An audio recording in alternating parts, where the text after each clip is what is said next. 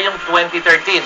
At dahil dito, patuloy na nakataas ang Public Storm Warning Signal number 1 sa probinsya ng Palawan, habang inalis na po ang iba pang storm warning signal sa ibang lalawigan. Huling namata ng pag-asa ang Bagyong Auring sa layong 190 kilometers dyan po sa may silangan ng Puerto Princesa City, Palawan.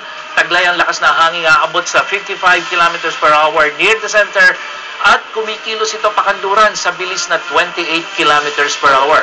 Posibleng maglandfall muna ito sa Palawan, lalo dito sa may southern part, bago lumabas ng Philippine Area of Responsibility bukas. Kaya dapat na pong asahan ang makulimlim na kalangitan na may pagulan sa malaking bahagi ng bansa. Kaya maging alerto po sa banta ng flash floods at landslides.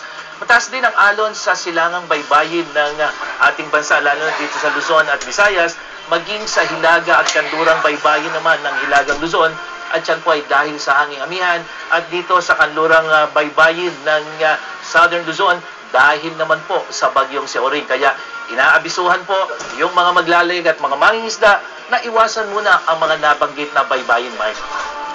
Mang Tani, tungkol pa rin sa bagyong Auring, normal lang ba na ganitong magtatatlong araw pa lang ang Enero, unang buwan pa lang ng bagong taon, may bagyo na tayo? Mang Tani? Mike, hindi ito pangkaraniwan kasi base sa datos ng pag-asa, January 3 to 6 noong 2009 pa, huling nagkaroon ng parehong sitwasyon. Ibig sabihin, may bagyo ng January at Auring din ang ipinangalan sa bagyong yon. At Mike, ito pang isa nating babantayan. Dito kasi makikita natin, ito yung wind map ng Weather Central.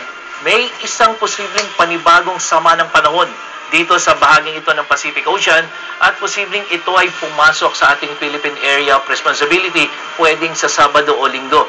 At pagkatapos niya, ang pagpasok na makikita, Mike, ito yung sirkulasyon noong babantayan natin na posibleng sama ng panahon. Pero paglilinaw po, isa pa lamang itong posibilidad.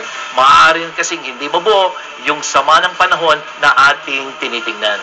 At para sa karagdagang update sa ulat panahon, pwede nyo rin pong bisitahin ang website at Facebook page ng GMA.